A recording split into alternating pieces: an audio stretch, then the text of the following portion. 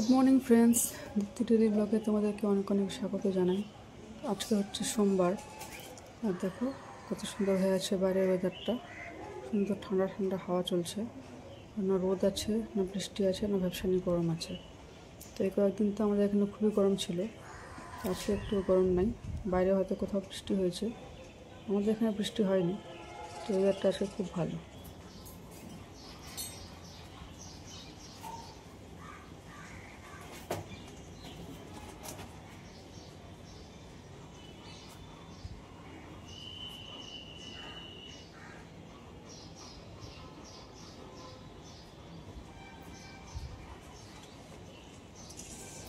তো সকালে উঠে ঝাড় দেওয়া, বাসন মাজা, কাপড় কাচা সব কাজ হয়ে গেছে।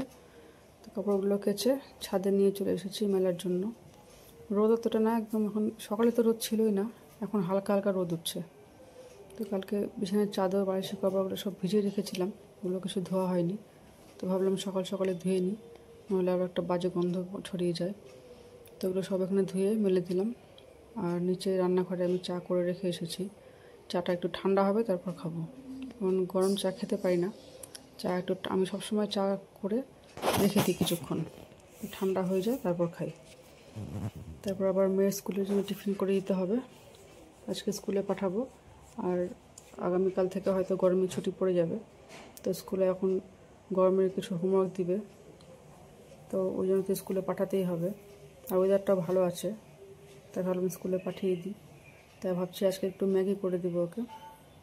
বেশিরভাগ তো বাইরে থেকে টিফিন দেওয়া হয়, তো আজকে একটু বাড়িতেই করে দেবো। তো ছাদে কাপড়গুলো মিলে চলে আসলাম রান্নাঘরে। তো চাটা দেখলাম অনেকটাই ঠান্ডা হয়ে গেছে, তো এখন চাটা খেয়ে নিচ্ছি। চাটা খেয়ে তারপর মেয়ের স্কুলের টিফিনটা রেডি করব। আর এদিকে আজকে সবজি কাটাও হয়ে গেছে। ঢেঁড়সগুলো এগুলো হবে সর্ষে বাটা দিয়ে ঢেঁড়স হবে। আর এখানে আছে আলু কুমড়ো, এটা আলু কুমড়োর তরকারি হবে। আলু কুমড়োর তরকারিটা অনেকদিন পরেই হচ্ছে, গরমের জন্য কুমড়ো খুব একটা খাওয়া হয় না। আর এখানে ম্যাগি করার জন্য আলু, পেঁয়াজ, গাজর, কাঁচা লঙ্কা এগুলো সব কেটে দিয়েছি।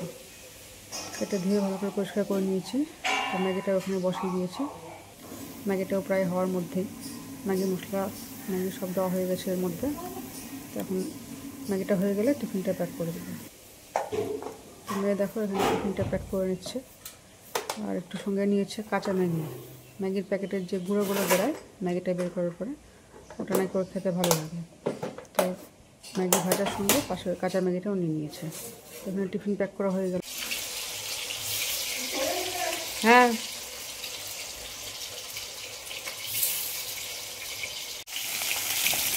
তো এখানে মাছগুলো ভেজে নিচ্ছি। আর মাছে একটু ডিম ছিল, ওটা একটু বড়া করে নেবো, পেঁয়াজ কুচি কাটে কেটে দিয়ে।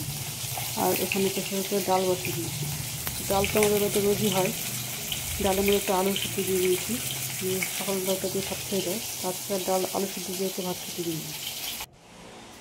তো দেখো মেয়ে এখন খেয়ে স্কুলে যাবে, তো ওর জন্য খাবারটা দিয়ে দিয়েছি।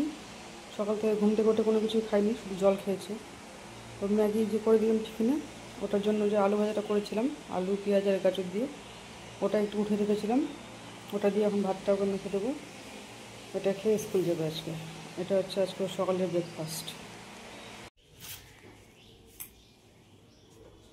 আর এদিকে আমার মাছগুলো সব ভাজা হয়ে গেছে। আজকে মাছটা হবে সর্ষে বাটা দিয়ে।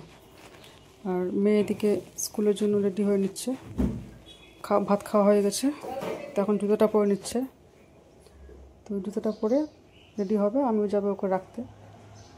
তো আমি রেডি হয়ে নিয়েছি এদিকে স্কুলে যাওয়ার জন্য। স্কুল থেকে এসে বাকি রান্নাটা কমপ্লিট করব। স্কুলে এখন বাজে 10:15। রান্না তো পুরোপুরি কমপ্লিট হয়নি, কিছুটা এখনও বাকি আছে। তো বাকি রান্নাটা এসে কমপ্লিট করবো। এদিকে হচ্ছে ডাল সেদ্ধ হয়েছে, আর মাছ ভাজা, ভাত, আলু কুমড়োর তরকারি এগুলো হয়েছে, মশলা করে রেখেছি। স্কুলে রেখে আসি, তারপর বাকি রান্নাটা কমপ্লিট করবো। কোনটা ভিডিও